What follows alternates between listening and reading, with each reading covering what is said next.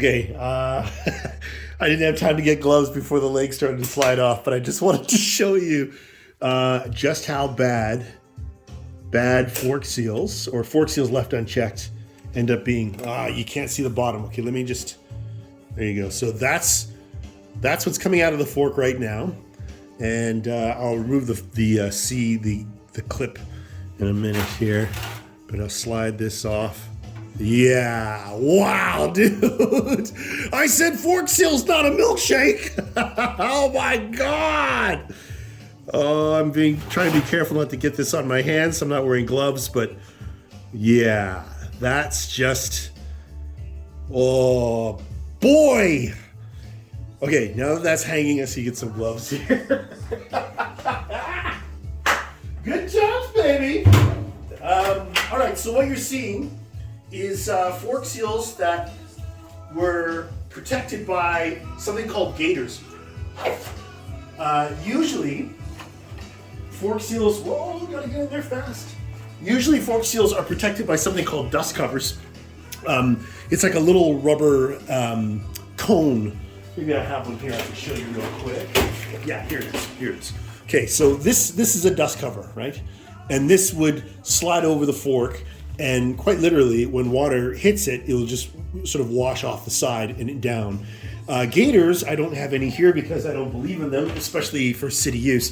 GATORS, if you could think of an accordion that would accordion over, like a vacuum cleaner hose. Yeah, that's it. Like a vacuum cleaner hose would go over the fork leg, and that would do the protecting where the dust cover would. Like it's sort of a difference of what you prefer. Now, for off-road users, GATORS are a good idea because they're on off-road and the road kicks up dirt and stuff, and that potentially could score and damage the forks. But in the city, where the streets are relatively clean, one can get away with just a dust cover, which was that little thing that I showed you a minute ago. This poor fella, bike came back in 1972 with GATORS. And GATORS in the city, all they do is trap water inside them. So the forks, nice gloves, I'm pretty fancy. I feel like the blue guy. So what ends up happening is water gets inside the gator and it can't escape. And as the fork moves up and down, that water literally just gets pumped into the bottom of the fork. And that's why you're left with this milkshake shit that, fills the fork leg. Oh man, that is, I don't know if you can see in there, but that is some kind of nasty. Woo! Most of it's drained out the bottom of the hole there. But anyway, yeah, that's what you're seeing here.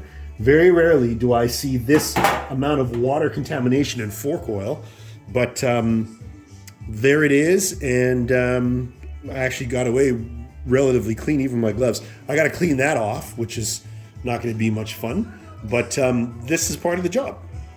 If I could zoom in with gloves on. Oh, I can. Nice. Yeah, so that's the bottom of the dampening rod, if you want to call it that. This really is just a traditional fork. It's telescopic, so the inside moves. The inside moves through the outside. I guess you can't see it in this frame. Yeah, there it is.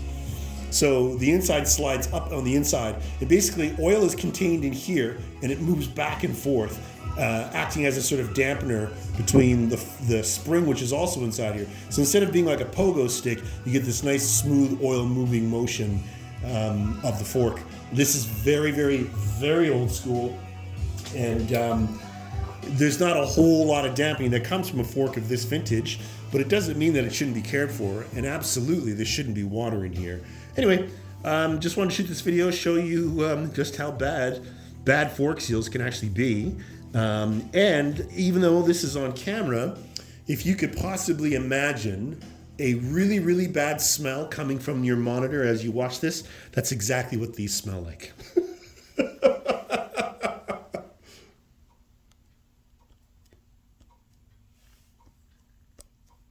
Trying to hit the stop, but it won't stop recording. Okay, I gotta take my gloves off.